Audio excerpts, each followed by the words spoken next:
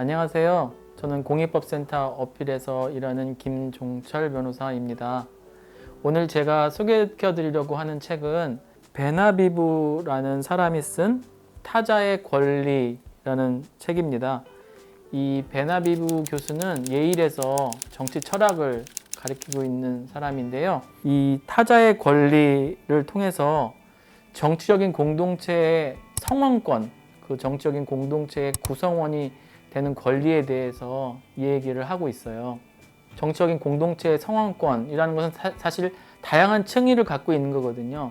이런 문제는 예를 들어서 체류 자격 없이 아무리 우리나라에 오래 있어도 체류가 합법화가 안 되잖아요. 그런 문제도 이런 성원권의 문제이기도 하고요. 또 난민으로 인정을 받아도 영주권을 취득하거나 국적을 취득하기 어렵잖아요. 이런 문제도 성원권의 문제라고 할 수 있고요.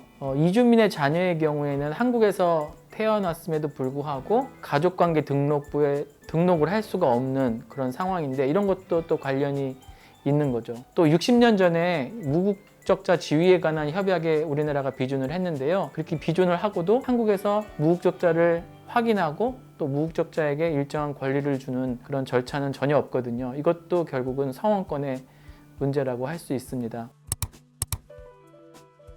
문제의식은 이거예요. 옛날에 어떤 국가 주권 개념을 가지고 이제 국경을 얘기하고 또 시민권, 국적을 얘기를 하는 것으로는 어렵다라는 거예요. 보편적인 인권 규범이 이제 많이 발달했기 때문에 베스트팔렌 조약 이후에 그런 국가 주권주의를 가지고는 또 국가 중심주의를 가지고는 설명이 안 되는 게 너무 많다라는 거죠. 상황적으로 옛날하고 지금 너무 많이 바뀌었다. 그리고 이론적으로도 이 국가 주권주의하고 보편적인 인권 사이에 긴장하고 모순 이런 게 너무 많다. 그러면 어떻게 할 거냐? 이 베나비부 교수의 제안은 조금 온건한 편인데요. 세계 시민주의로 가자 이것도 아니고 그렇다고 아주 보수적으로 과거의 그런 국가 중심주의에 머물러 있자 이것도 아니고요. 민주적인 반추, 반복 과정을 통해서 그런 논의를 지속하자라는 거예요. 이 책은 5개의 챕터로 돼 있어요. 그래서 1장부터 3장까지는 이론적인 그런 모순들, 보편적인 인권과 국가 주권의 특수주의 사이의 어떤 긴장과 모순점들을 칸트하고 아렌트하고 롤즈의 이론을 가지고 좀 설명을 하고요. 4장에서는 변화된 그런 환경들, 과거의 국가 중심주의, 국가 주권주의를 가지고는 설명이 안 되는 그런 현상들을 설명을 하고요. 5장에서는 마지막으로 반복적인 그런 민주주의의 수기 과정, 민주적인 반추가 어떻게 이루어져야 되는지 얘기를 하고 있습니다. 상황의 변화에 관해서 말하고 있는 4장부터 말씀을 드리면요. 어떻게 국가 주권주의에서 지금 벗어나고 있는가 그런 상황들을 말하고 있어요. 그 최근에 이주민의 숫자를 보면 거의 3억 명에 가깝거든요. 그리고 자본과 또 금융과 노동 이것이 옛날보다 훨씬 더 자유롭게 국경을 이제 오가고 있잖아요. 그리고 경제적인 문제라든지 또 생태적인 문제, 그다음에 면역학적인 문제 이런 거는 한 국가가 해결할 수 없어서 결국은 국제적인 대응이 이제 필요한 거고 이제 돈과 사람뿐만 아니라 정보의 어떤 그런 움직임 이런 것도 이제 상상 초월하잖아요. 이런 이제 환경의 변화가 있는 거죠. 그것뿐만 아니라 시민권 같은 경우에 옛날하고 다르게 특히 EU를 중심으로 시민권의 개념이 변화하고 있다는 거예요. EU 국가들 사이의 관행들을 보면은 이 과거의 시민권을 가지고는 설명할 수 없는 게 너무 많다는 거죠. 전쟁 얘기를 하면은 전쟁은 합법적인 전쟁이 되려면은 뭐 UN 안보리에서 무력 사용을 승인한다든지 아니면 방어 전쟁이라든지 이렇게만 가능한 거거든요. 옛날 이라크 전쟁 때도 그렇고 그 보스니아 코소보 내전 때도 그렇고 이 인도적인 개입이라는 그런 개념을 가지고 와요. 원래는 이게 국가 주권에 의할 때는 이게 도저히 상상할 수 없는 거거든요. 그 나라에서 아무리 인권 침해가 발생하더라도 그거는 그 나라가 해결할 문제지 다른 나라가 개입해가지고 해결할 문제는 아니거든요. 그런데 이 인권 침해가 이 인종 청소에 해당할 정도로 좀 극악하다. 그러면은 국가 주권에도 불구하고 그거를 무력화시키면서 인도적인 개입을 하는 거예요. 옛날의 제도에 따르면 그건 불법적인 전쟁이고 그건 전쟁 범죄라고 할 수 있는 거거든요. 그런데 보편적인 인권이란 이름으로 이렇게 주권을 무력화시키면서 인도적 개입을 한단 말이죠. 이렇게 상황이 이제 국가 주권주의를 가지고는 설명할 수 없는 그런 현상들이 많이 일어났다라는 거예요. 그게 이제 4장에서 말을 하려고 하는 거고요. 1장부터 3장까지는 이제 유명한 정치 철학자들의 이론을 가지고 이런 모순들을 또 얘기를 해요. 첫 번째는 칸트의 영구 평화론에서 환대의 권리에 대해서 말을 하잖아요. 환대의 권리는 이제 간단하게 말하면은 이방인이 우리 땅에 왔을 때 우리 공동체에 해를 끼치지 않는 한 이 이방인을 적으로 일정 기간 동안 머물도록 하는 그런 권리거든요. 그런데 이게 한계가 있는 게 칸트가 말할 때 환대의 권리는 잠시 동안만 머물 수 있는 권리예요. 이 사람이 돌아가면 위험함에도 불구하고 여기 성원권을 뭐 준다든지 하는 게 아니라 잠시 동안 머물 그런 권리거든요. 그래서 칸트로 인해서 어떤 국가 중심주의에서 탈피되는 그런 어떤 맹아가 있지만 여전히 그런 국가 주권주의의 한계에 있는 거죠. 그런 모순이 서로 있는 거고요. 한나 아렌트는 전체주의의 기원이라는 책에서 권리들을 위한 권리 이런 얘기를 했잖아요. 그래서 과거에 그런 다민족 제국들이 1차 세계대전 전쟁 때 다 해체가 되면서 민족 국가가 형성이 되고 그러면서 주류 민족이 결국 소수 민족들의 어떤 시민권, 국적을 박탈을 하게 되면서 그 박탈된 소수민족 사람들이 결국은 아무런 권리도 보장받지 못하게 되는 거거든요. 그래서 이런 무국적자가 된 사람들을 염두에 두고 권리들을 위한 권리라는 그런 얘기를 했는데요.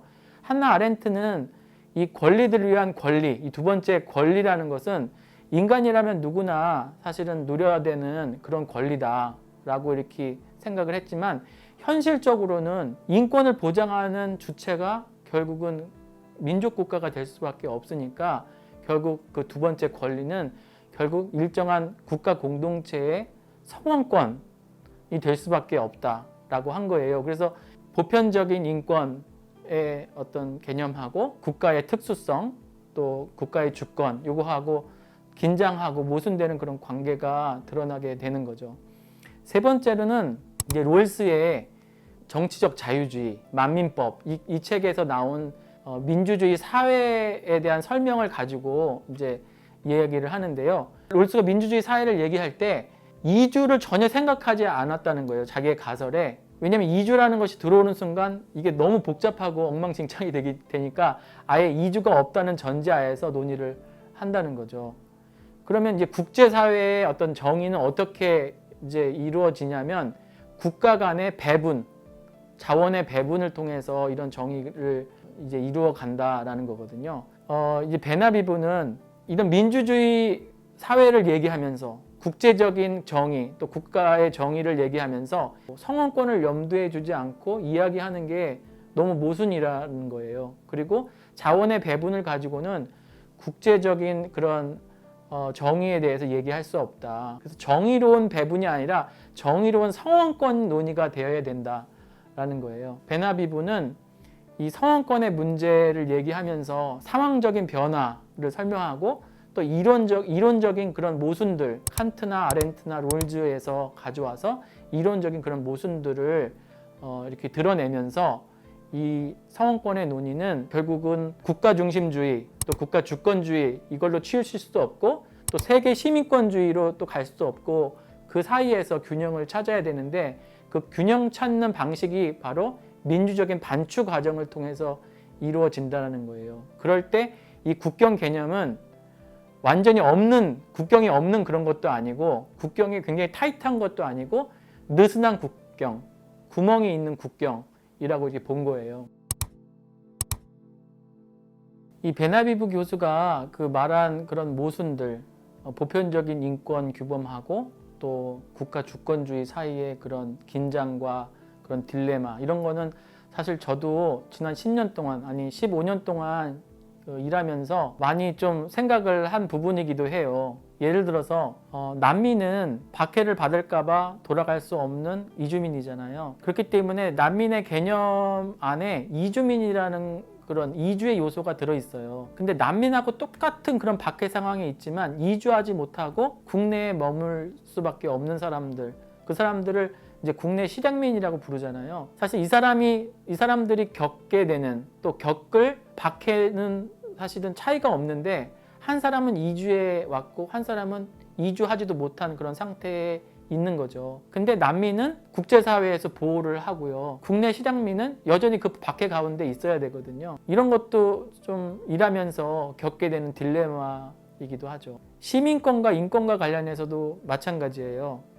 헌법에 여러 가지 인권 그런 조항들이 있단 말이에요. 헌법이 가장 상위의 법이고, 그 헌법 가운데서도 통치기구 파트하고 인권 파트가 있는데, 인권 파트가 더 우월하다. 왜냐하면 통치기구는 인권을 보장하기 위해서 있는 거기 때문에. 그러니까 법 중에 가장 상위에 있는 것은 헌법에 있는 기본권, 인권 파트거든요. 근데 이 인권을 누리기 위해서는 기본적으로 국적자가 되어야 되는 거예요. 왜냐하면 헌법에 대한민국 국민은 무슨 인권을 갖는다, 이런 식으로 규정해 놨기 때문에. 뭐 이걸 헌법재판소에서 넓게 해석하려고 하는 경향을 보이지만, 기본적으로는 국적자가 인권을 보장받는 거예요. 그럼 국적은 어디서 규율을 하는가? 그거는 국적법에서 규율을 하잖아요. 근데 국적자가 돼야지만 헌법상의 인권을 보장을 받는다면, 헌법이 더 위에 있는 게 아니라 국적법이 더 위에 있는 거잖아요. 헌법 위에. 그러니까 이런 모순이 있는 거죠. 인권이라는 것은 모든 인간이 갖는 기본적인 권리잖아요. 근데 우리가 잘 알고 있는 3단 논법에 따르면 모든 사람은 인권을 갖는다. 이주민은 인간이다. 되잖아요. 그러면 그 결론으로 뭐가 되냐면 이주민은 인권을 누린다. 이렇게 돼야 되는 거잖아요. 그런데 논리가 어떻게 되냐면 모든 사람은 인권을 갖고 이주민은 인간인데 인권을 누리지 못한다. 이렇게 돼버리는 거예요. 그런 모순이 있는 거죠. 이 국적을 취득하는 것이 다른 인권을 보장하기 위한 일종의 진입 장벽이 되는 거거든요.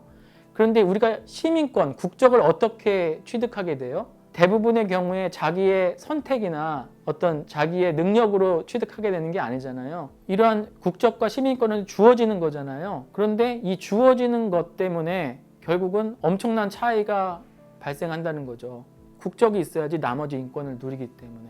또 민주주의와 관련해서도 이런 모순이 있어요. 민주주의라는 개념이 자기 입법의 개념이잖아요. 내가 법의 지배를 받는 이유는 내가 입법자이기 때문에 법의 지배를 받는 거거든요. 내가 투표를 하고 내가 선거에 나갈 수도 있고, 그렇기 때문에 나의 대표가 만든 법을 내가 지배를 받는다라는 개념이잖아요. 근데 이주민의 경우에는 어때요? 이주민도 법의 지배를 받죠. 그런데 이주민은 정치적인 권리가 없단 말이에요. 대부분의 이주민들이. 법의 규율은 받지만 그 법을 만드는데 참여할 수가 없는 거예요. 그래서 과거의 그런 국가주의, 과거의 국가 주권을 가지고는 설명할 수 없는, 이론적으로 또 상황적으로 바뀐 부분들이 너무 많다라는 거예요. 그럴 때 앞에도 말씀드렸지만 어떻게 할 거냐. 어떤 사람은 이제 세계 시민주의로 가는 거거든요. 또 어떤 사람은 옛날에 국가주의에서 머물러 있고. 근데 베나비브는 그 양극단에서 이제 균형을 잡으려고 하는 거예요. 그러면서 이 느슨한 국경 얘기도 하고 민주적인 그런 반추 과정도 얘기를 하는 거예요. 그래서 성원권에 관한 논의는 이런 계속적인 민주적인 반추 과정을 통해서 이루어져야 된다.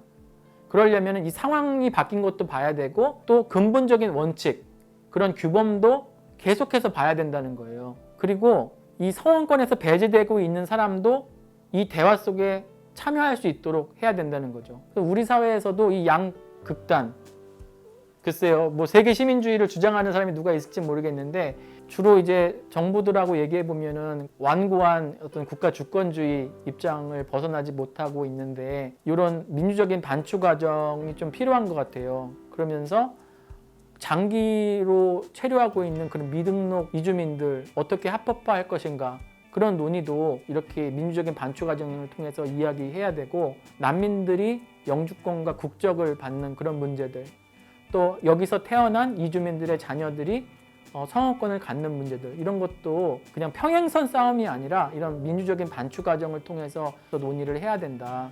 그렇게 생각을 하게 되었습니다. 지금까지 베나비브의 타인의 권리라는 책을 소개시켜 드렸는데요. 양극단에 치우치지 않으면서 이렇게 지속적인 그리고 반복적인 수기, 토론 과정을 통해서 성원권에 관한 정치적인 법적인 논의를 재협상해야 된다. 이런 민주적인 반추를 제시한 점에서 저는 매력적으로 생각을 했고 여러분에게 그런 의미에서 소개를 드립니다.